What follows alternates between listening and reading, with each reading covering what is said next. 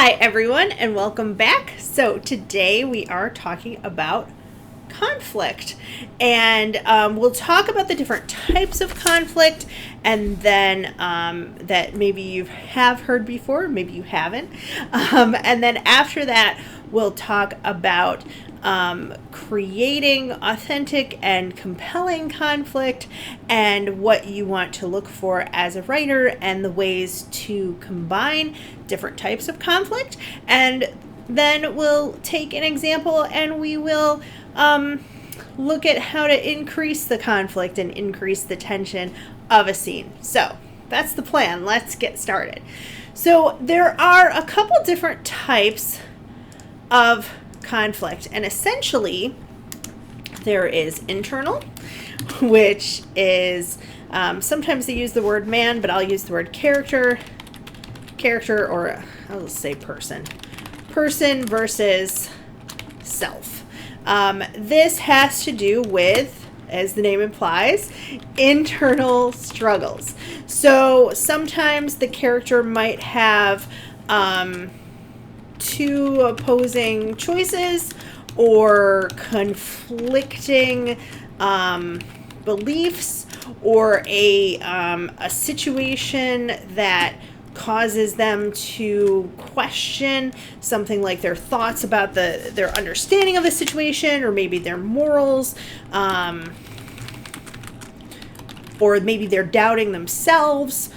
Those kind of things that can come up. So things like thoughts, belief, I have beliefs up there, emotions, etc. are somehow in conflict. So let's give an example of internal conflict. Let's say that a really simple one. Ava has a steady, secure job, but she's bored. She's offered a job at a new startup. It seems exciting, but the salary is a bit lower and there's no guarantee of job security. Just off the top of my head. And yeah, I know that should be, but she's bored. So what's the inner conflict here? Well, the inner conflict is security and safety versus excitement and probably for Ava maybe creativity. So she'd have to think, which do I value more? Do I value the safety and security of a job that is not going away? It's in an established company. I'm making good wages. I have good medical benefits. And there is a sense of safety there, but I'm also complacent. I'm bored. There's nothing new. There's no growth for me. And at this other company, it's exciting. It's new. It's different. I could be a little bit creative. I could learn new things and I could grow. But I'm not going to make as much money. What might go into that conflict for her? What are some of the things she might think of? I mean, you think about what you would think about in that situation, or what you might consider. Does she have family? Does she have medical issues? If she has 6 kids at home and one of them is struggling with a serious recurring illness, maybe she just needs to stay in the job she's at, right? Is she what I like to call portable? So meaning, where does she live? Can she move? What is her lifestyle like? Will the new job take up more hours? Maybe she likes to, let me think. She likes to do mountain biking. Why not? She likes to do mountain biking on the weekends, and if she takes this new job, she's going to be working nights, she's going to be working weekends, she's going to be too tired to do those activities that she enjoys. So that's part of that struggle, right? And figuring out for your character what at the core they want and what at the core they value, those types of things make that conflict real. Now, if you have somebody else where, let's say Alan, and Alan has the same type of job offer, but Alan has moved and changed jobs quite often. He has an inheritance of $250,000 in the bank. He can take a couple weeks off if he likes it. You could take a year or two off and still have some money left. And so maybe he values the excitement and the creativity. Maybe he likes working long hours. He doesn't have a family at home. He's in good shape. He doesn't necessarily, he can maybe pay for his own medical insurance, all of that kind of thing. For him, there's not going to be as much of an inner conflict, right? So thinking about some of those details of characterization that we talked about previously, that can really add to the inner conflict or detract from it. And you want to make something feel, there needs to be some type of tension. And this is true for the external conflict as well. I'll underline it. There needs to be some type of tension. And that tension should build as the character approaches the climax of the story, the apex of whatever they're facing. It should build up.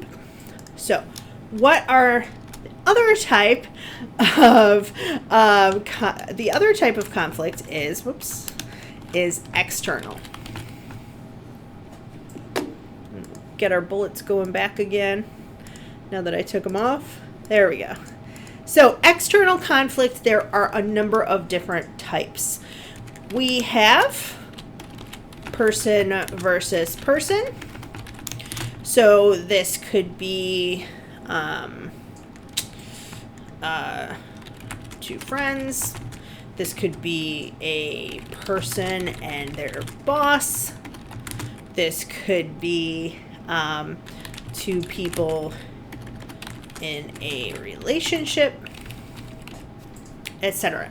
Sometimes you have a clear, I want to be very clear on sometimes. Sometimes there is a clear antagonist and a clear protagonist, but there does not always have to be. And I think that in contemporary stories, very often there is not. Meaning that if you have two friends who are having an external conflict and they're in an argument, does it just come down to point of view? Are they both trying their best?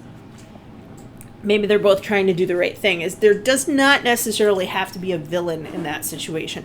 There can be. It could be a hero versus villain situation.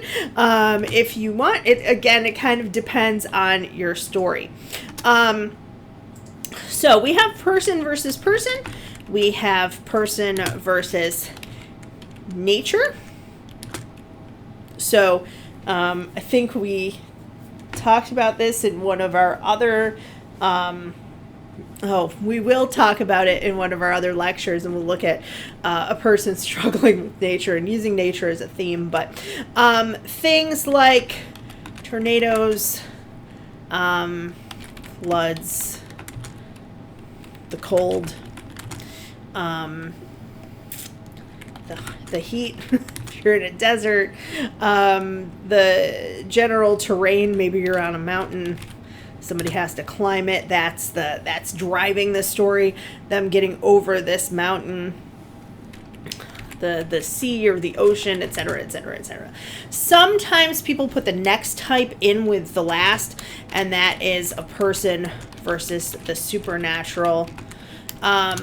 What that looks like is not necessarily like angels and demons, that kind of thing, but it can be in a fantasy novel. It could be magic, that there are these forces. Fate very often would be kind of put into that category. You could have things like monsters, gods, ghosts, witches, I guess, might be in there. If you think about something like Percy Jackson versus the Olympians, I know a lot of my students love those books. They loved them as kids and maybe still like them now. Harry Potter, there are some supernatural elements. You're not fighting against a normal person. In fact, I would say if you look at the conflict there, Harry and Draco kind of fall into this person versus person conflict. Harry and he who shall not be named, Lord Voldemort, kind of falls into this. He's not a normal, even for the wizard world, he's not normal, right? He's kind of goes beyond that and is this strong supernatural force. Other things, I said fate, destiny, I guess could be in there too. And that can kind of be driving the story. Stephen King's fantasy series, The Dark Tower, fate definitely plays a role, and he will even say this person is going to die, and he'll talk about that, and then the person of course does, and you're still kind of shocked at it. But it's Roland fighting against those forces of fate, which cannot really be fought against, the supernatural elements. So on the opposite side of that is person versus technology. Now, this isn't just the Wi-Fi going out. Typically, what does this look like? Things like sometimes it can be technology used to control, and that kind of goes along with our next one, person versus society. But it can be something like can be robots. It can be devices. Maybe people are not directly in conflict, but it's changing people. They don't know how to react, these technology devices. Before that, in some older works, you might see factories, the grind of the factory, getting the person down, having a machine that they're just looking at, and it's over and over and over and over and over. But a lot of times now, obviously, we have computer technology. I guess I put that in with devices, but that's kind of what I meant there. Anything also that's man-made. If you think about a story like Frankenstein is struggling certainly internally with himself as he's driven to pursue science, but he's also driven by these external things, this monster that he has created, although I would argue if you read the book that he's much more monstrous, but nevertheless, we have sometimes technology used for the wrong reason. If you read a book like the longer story Minority Report, there is a technology that can tell whether or not a person is going to commit a crime in the future, and that technology becomes misused as certain people are manipulated into believing that people committed crimes. So someone's being set up, essentially, or they think they might be set up. So technology being used for the wrong reason. And essentially it's, this type of thing, it's to me very similar to the person versus nature, but kind of looking at the other side of the spectrum. Person versus nature is looking at things that we did not create and cannot control, whereas person versus technology looks at things that we did create, and then our control over those things slides or slips away. So if you think about a really good example of this is Jurassic Park. Jurassic Park could be said to be a man versus nature story, the people versus the dinosaurs, or it could be said to be person versus technology, because these are things that are no longer occurring in nature that people have brought back, and now they are out there in the world and we have to deal with them. And so it's a survival story, but is it a survival against nature or against technology? That's kind of, to me, that's kind of the question.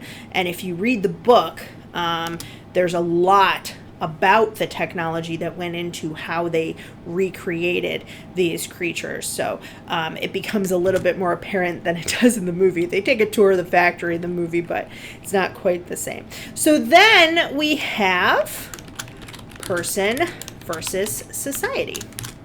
And this is where a character is struggling with an external conflict with the culture, the government, the people around them in some sort of a group. So it's against a group of people. Typically, these people have some power. Typically, we are looking at some issues here of justice, freedom, happiness, what that means, those kind of things. Does not necessarily, I think a lot of times people think that this has to be like a dystopian type of story, but you know what? Mean Girls is a person versus society story. It is about the culture of women versus women, and how girls in groups and cliques kind of treat other people, right? And so I think that's a good example of one where it's not necessarily the government. So those are the basic types. When we look at things from an authorial point of view, when we think about things as a writer and not just a reader, what do we want to do with these conflicts? Well, the first and most prominent thing that we want to do is consider tension. How to build tension, how to have small releases of tension. We talked about that with the monkey's paw week 1 when we looked at plot, that you have person versus supernatural, or in this case, two people versus this supernatural element of the monkey's paw, and they make a wish, and then there's a little bit of tension release, nothing happens, they think everything's fine, and then something happens, and then they forget about the paw for a little bit, and then they make their second wish, right? So having small releases of tension can really help to then, when you go back to that tension, it's even worse because your reader thinks that everything is okay for a moment. It's kind of like in Shakespeare where they have a little bit of humor before everybody dies. The deaths are worse because the joke comes before it. And so, yeah, consider how to have that building of tension, how to have that small release of tension, how to maintain the tension. That's more difficult in a longer work. There are some authors, Agatha Christie in particular, as I'm sort of thinking off the top of my brain, I find that I like her short stories a lot better. I think that she has some problems with longer works and maintaining the tension. Not in all of them, but in some of them, the tension doesn't keep building. In a short story, it's kind of easy to have that plot arc and to maintain tension over 12 pages. I would say the same for Arthur Conan Doyle. His Sherlock Holmes short stories are much more well known than some of his books, which have sort of preposterous plots compared to the short stories. And part of that is because there's an issue with maintaining the tension. So consider how to build it, how to increase it, how to maintain it throughout the story, having several scenes of the same type of tension, kind of as you go to do that. Okay, I paused for a moment so that I could type something up and you wouldn't have to sit here while I typed. So just kind of as a sketch right now currently, I'm thinking about how to build the tension in a scene, and I wanted to give you guys an example. So I thought about, let's say we have a fantasy novel. We haven't used that yet as an example as far as I can recall. And we have this scene that I just typed. Okay. The ant was 5 feet tall, which was at least 6 inches taller than the dwarf in its path. Zaphrock slowly pulled his battle axe from his pack and charged the giant ant. In one swift swing, he brought the axe down and sliced off its head. The body fell over in a heap, legs still twitching. Okay. This isn't the best scene in the world. Normally I don't say how tall something is, but here I think you get a better picture.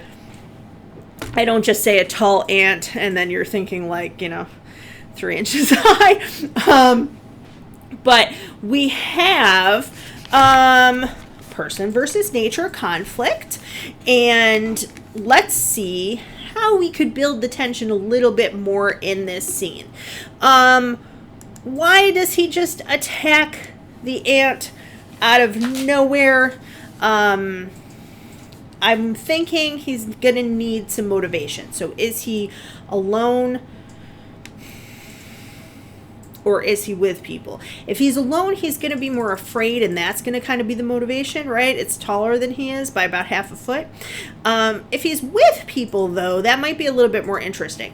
So let's say Zaphrock, I'll add the in bold. Zaphrock looked to the ragtag troop behind him. They expected him to know what to do.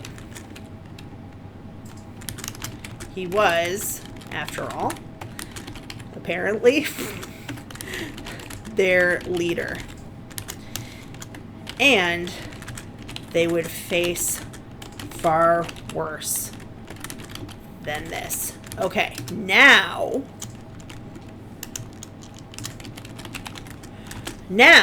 we have motivation.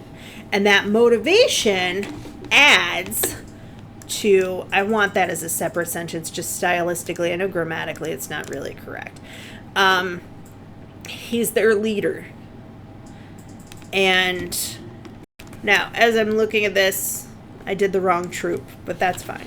All right, so ragtag troop behind him. This is why you need an editor and a proofreader. So we have, though, he's their leader. It's a ragtag troop, so we don't know where they're going because this is just a scene in a story, but they're looking at him and they're expecting him to know what to do, and they're going to face far worse, which means they're probably on the beginning of their journey. So he doesn't want to lose face in front of his troop that he's leading, right? It's not just his friends, it's the people that he's leading on this quest.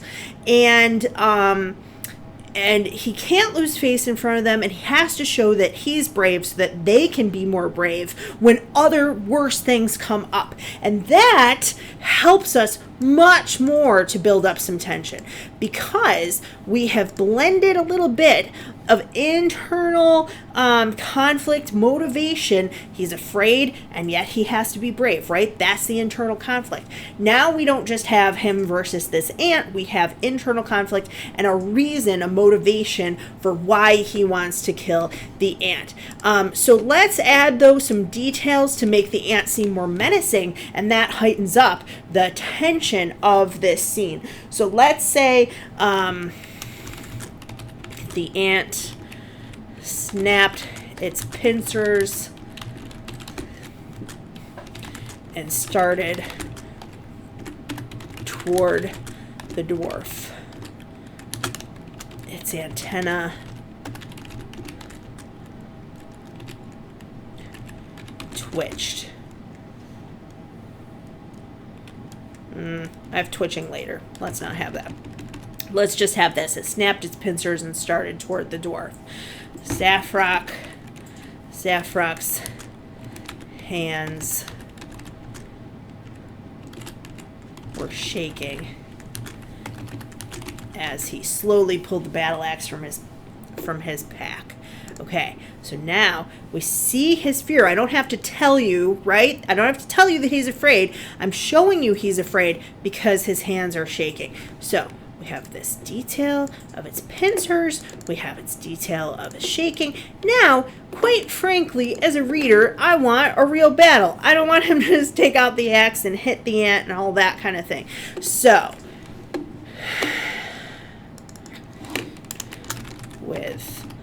let's have him, whoops, that's a new thing. Bold, not new. Roaring the ancient dwarven. With a V? Yeah, okay. Battle cry. Do we want that actually in there? I don't think we need it. I don't think we want a weird word in here like huzzah or something like that. I think the ancient dwarven battle cry, Zafrok, charged the giant ant.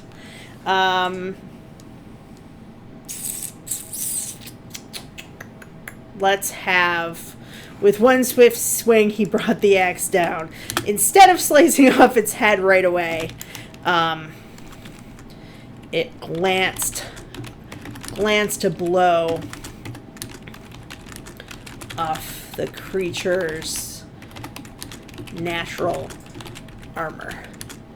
Okay, now he swung and he's missed, and the ant is gonna headbutt him, I guess. The ant, is it gonna screech? I guess. Can an ant screech? I think so. Let's just say it can. It's a fantasy book. The ant screeched and drove its head into Zafrok's soft belly. He's a little pudgy.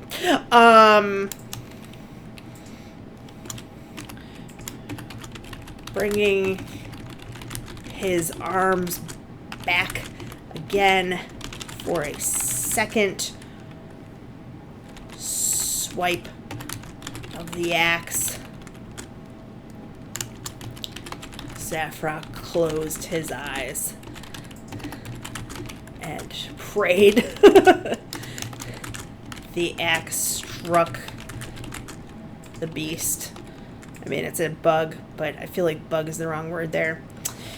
And stuck in its neck. The ant reared back, lifting Zafrok onto its back with all his might. He pulled the axe from the creature's neck and struck a third time. At last, slicing off its head. The body fell over in a heap, legs still twitching. Zafrock, wet with sweat, turned to face his troop.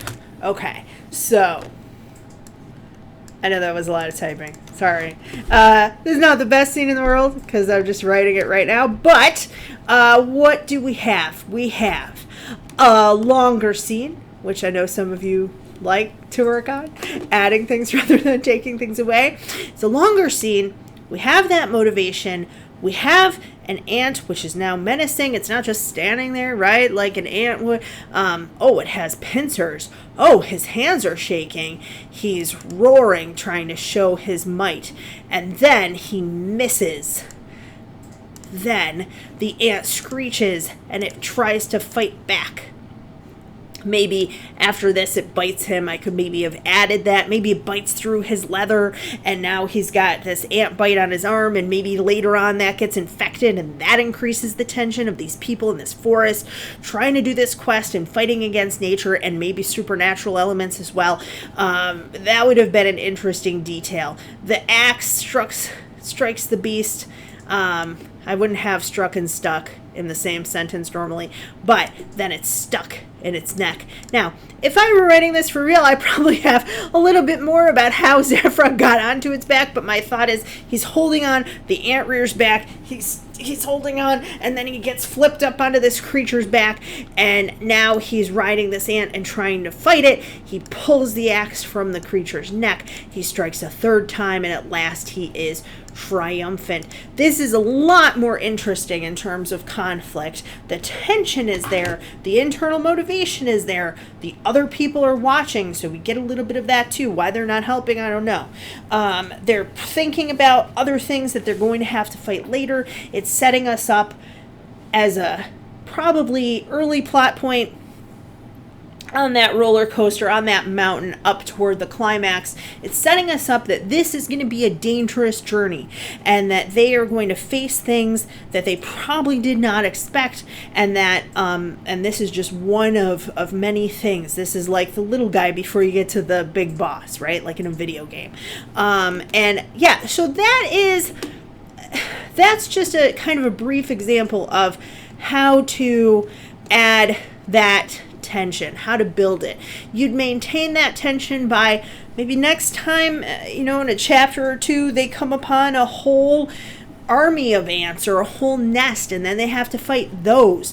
Maybe they have a release of tension where for a couple days they're walking along and it's fine, and they find some berries and they make a pie. I don't know, but you have some small releases, maybe just when they think that the rest of their journey is going to be safe, and they're calm and they're sitting around eating ant stew. Then they have a giant spider come upon them, and now they're in that situation while they were eating, which is a kind of a vulnerable place to be, right?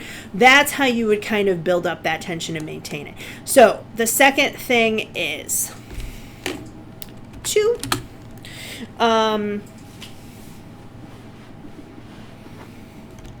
guess this kind of goes along with the first, that it needs to be compelling and it needs to be authentic. We talked about that with dialogue as well, or we will. I can't remember which one of these lectures comes first. Looks like we just talked about dialogue. So compelling and authentic. Now, a guy fighting an ant might not necessarily seem authentic, but you can add those details in to bring that idea of verisimilitude, right? To make things seem as if they are real by having him be worried, by having the ant have pincers. Some ants can fly, but I feel like if I had added that, it would have been maybe too much. I don't want the ant's wings to flap out. Maybe that's a little bit too much detail, too maybe a little less authentic sounding. The ant didn't try to pick up his battle axe and hit him with it, right? So in that way, it wasn't doing that. It was more authentic. Okay, so how do we make something compelling and authentic, which I think I put them together instead of two separate because I do think that they go together.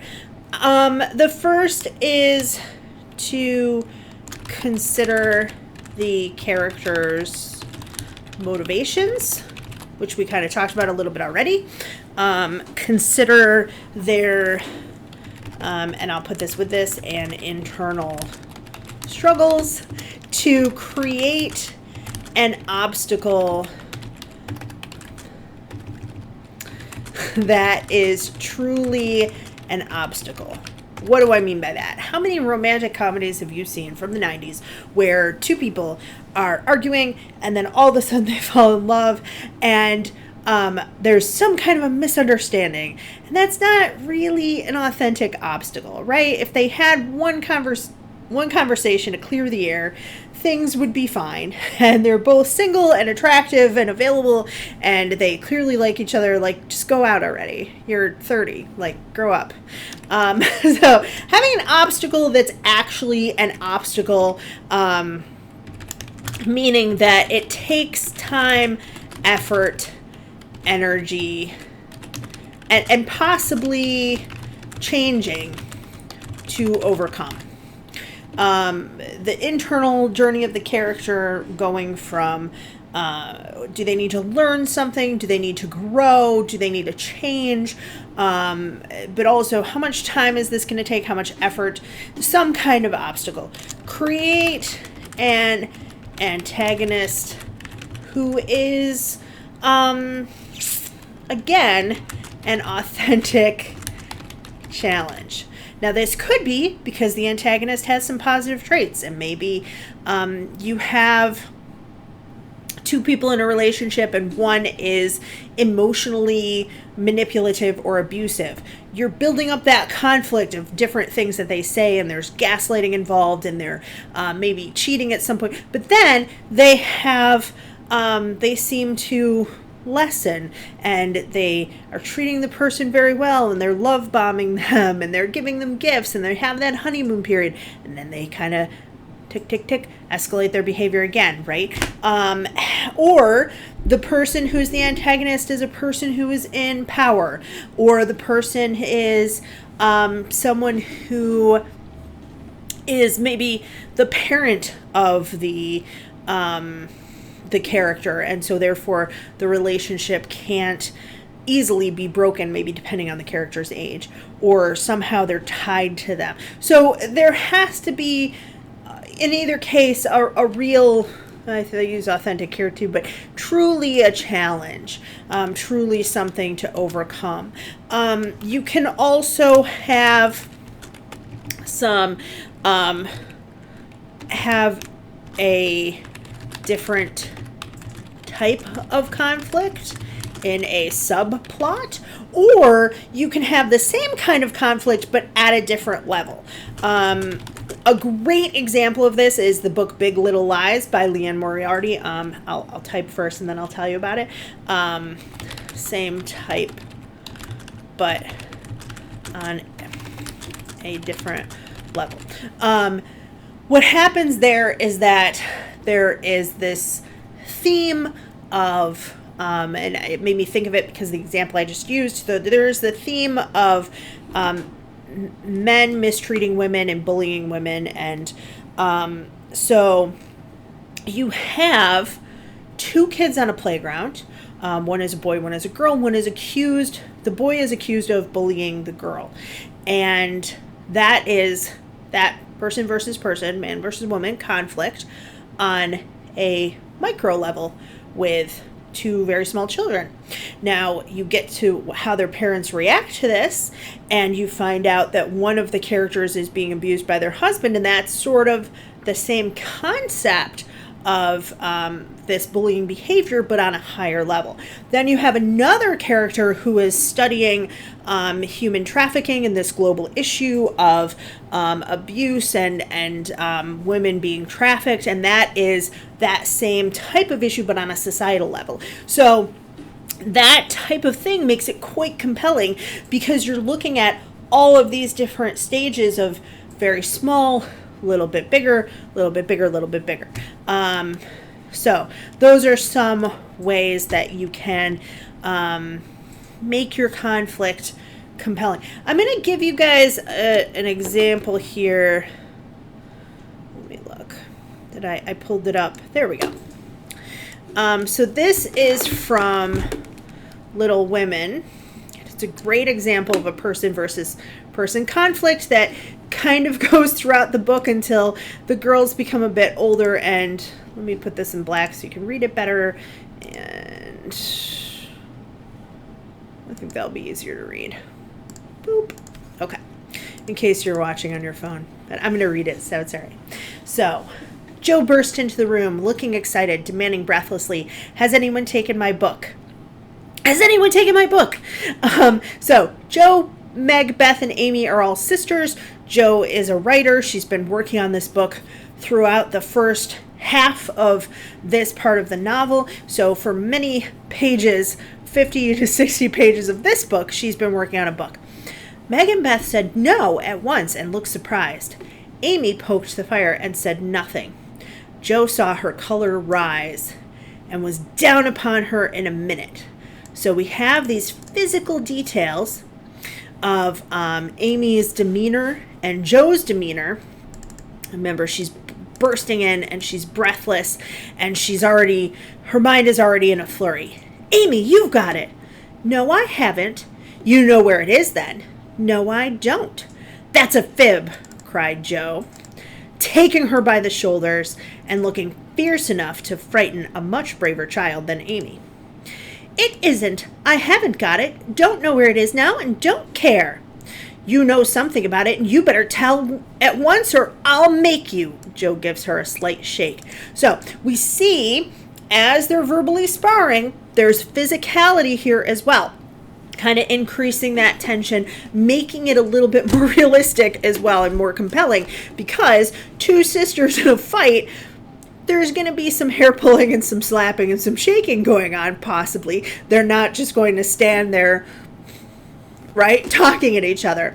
"Scold as much as you like, you'll never see your silly book again," cried Amy, getting excited in her turn. So now she's kind of escalating her behavior. "Why not? I burned it up." "What? My little book I was so fond of and worked over and meant to finish before Father got home. Have you really burned it?" Now, this line in particular is compelling because their father is serving as a chaplain in the Civil War.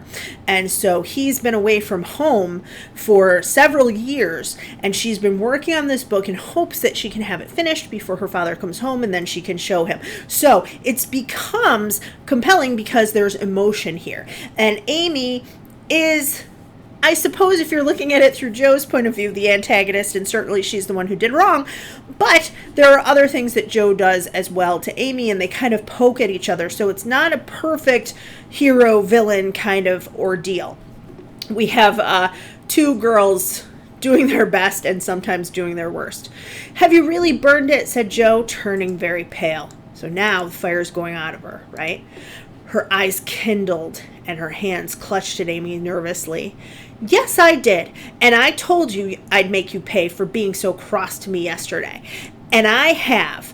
Amy got no farther, for Joe's hot temper mastered her, and she shook Amy till her teeth chattered in her head, crying in passion and grief and anger.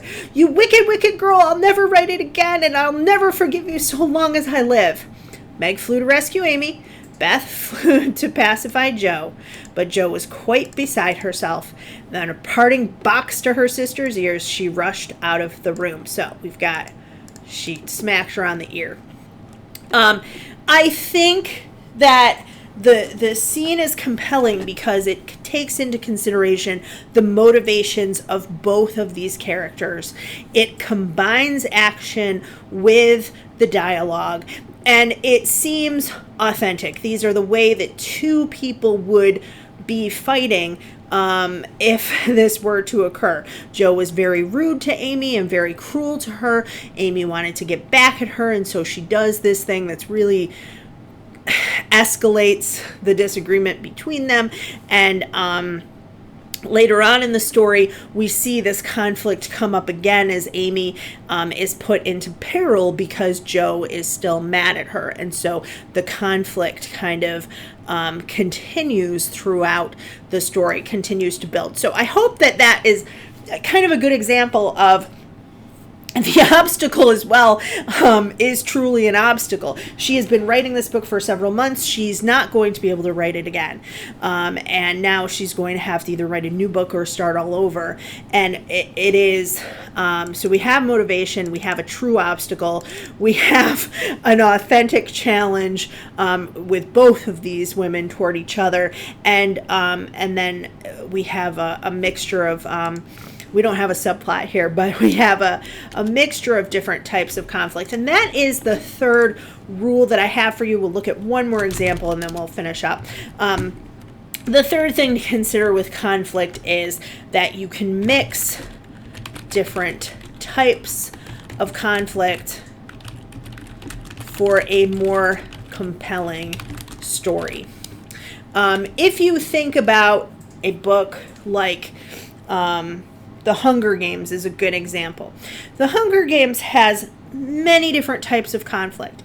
We have a fight over resources. It's very clear that when the book starts, Katniss and her friend Gale are in this district where they are not always getting enough to eat. And so you have, even though that's driven by the society, and so in that sense, it's man versus society. It's also them versus nature, and certainly part of the Hunger Games as well, although it's crafted in such a way. They're in a natural landscape fighting against, in some cases, these forces of nature. So in the beginning of the book, they are looking for resources. They're hunting, even though that's forbidden. And you have that as a one kind of small aspect that comes up later in the novels, as even the people living in the capital have problems getting the food that they want because some of these resources are controlled and limited, especially in a time of war.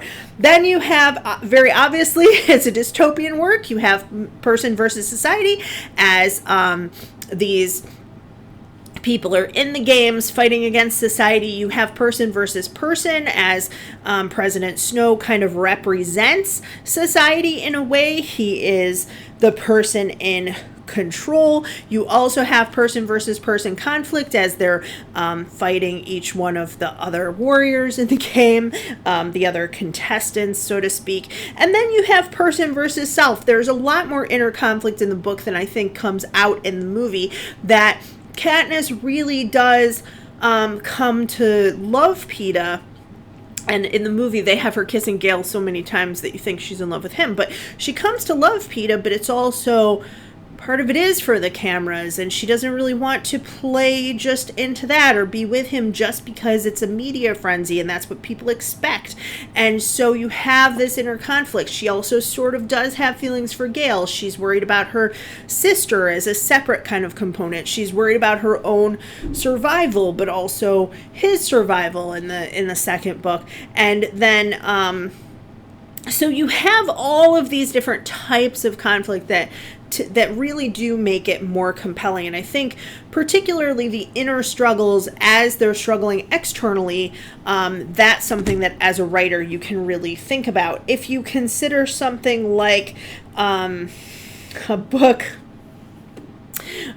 like It, we have the, I'm using things that are also movies in case you haven't read them, but you have the 5 children versus a clown, and it would seem at first that it is person versus person conflict because they're fighting this clown. I suppose you could say person versus supernatural because it's not really a clown, it's an it, right?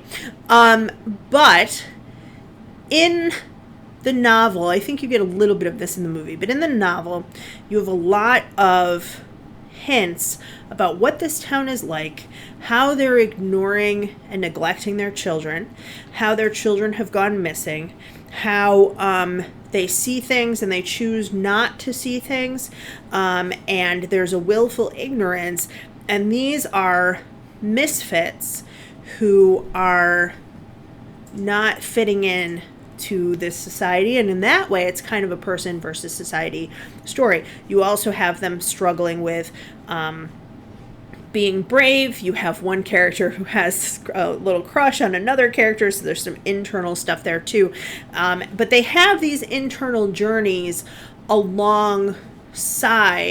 It's not just about the clown, and a lot of that book has to do with the town. And so, yeah, I do think that makes it more compelling because it draws you in. If it were just about this monster, it would be compelling, but not quite as compelling. Particularly, the monster works off of fear and their greatest fears, and so you get some of that too, that internal conflict. So I'm going to show you a brief scene from one of my books, Always Jessie. Okay. Copy and paste it in here so that we can have it in a little bit of a larger font. There we go. Maybe not quite so large. Okay, so I will read to you. So she's been talking about these two other girls and a fight that she had with them where they went off and did something fun without her because they're all 15. Always Jessie is the story about a girl who is 15 or 16 and has an eating disorder, and these are from her diary entries. So here's what she says. Honestly, I don't like the other girls and they don't like me. Christine, Tiffany, and I are sort of friends of convenience. We don't fit into any one group at school, and we all want to get into a good college, but to my mind, it's more like we're frenemies. Once we go away to university, I'll probably never see them again. They might go to the same school or room together or something lame like that, but I'm not going to let anybody hold me back, especially not a vapid girl like Tiffany or an overbearing bore like Christine. So we have... I don't really like other girls and they don't like me. We have this kind of setup. It seems like from her scene before that this is that these two girls are antagonists and that she's the protagonist. And she even admits, I know I sound like a complete bitch right now. Sometimes I feel like my heart is completely empty and I feel lonely and depressed, but then I just think not having friends is good. You don't need anyone. That was originally in italics. You don't need anyone has become my mantra. That's a short, true statement you say over and over, like a motto or a slogan. It's supposed to help motivate you. I learned all about mantras in health class. And then she kind of goes on to say what some of her other mantras are, none of which are good or healthy. And so what do we have? Well, we have this very teenage thing of denial that I just don't like them and they don't like me and we're frenemies and that's fine and she's vapid and she's a bore, so I don't care. But sometimes I feel like my heart is empty and I'm lonely and depressed. And so when I did hear, this is a very quick scene, and possibly from a rough draft because it was missing some commas, but from what I can remember, I kept it pretty much the same for the final, probably except for those commas added. But what we have is this blending a little bit of external conflict with internal conflict. And I think that what happens toward the end of this, we go through her other mantras. They have to do basically with not eating enough and exercising too much because she has an eating disorder, and she's using these things to kind of keep her on track. And we get to see, even though she doesn't know, she's an unreliable narrator, but we get to see her internal motivation and why she has these external conflicts.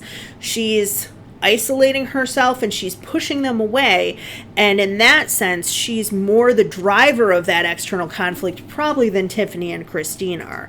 And in that sense I think it's a little bit more compelling than if she just got in a fight with those girls, walked away and was like, I don't care, you're vapid and you're boring and you're stuck up and whatever, right? I could have kind of ended it here, but I think getting into her mindset, which is a little bit telling in this section, but getting into her mindset helps you understand why she's having these types of social issues. And so for that reason, it's a bit more authentic, and hopefully it's a little bit more of a compelling story. So to recap, you want your conflict to be, if you can have a mixture, that might help. You want it to be compelling and authentic, thinking about things like character motivations, obstacles, antagonists, having some subplots where the conflict kind of carries over. And really, you want to make sure that you're building tension, that you know when to build it, that you know when to release it and back off a little bit, and that you can maintain it throughout your entire story. So that's conflict. Make sure that this week you watch the videos on the other lecture on the readings. I talk about the different types of conflict in those readings. I think there's a lot there that you can learn from, and I can't wait to see what kind of conflicts you guys come up with as you're writing. That's it. Thanks, everybody.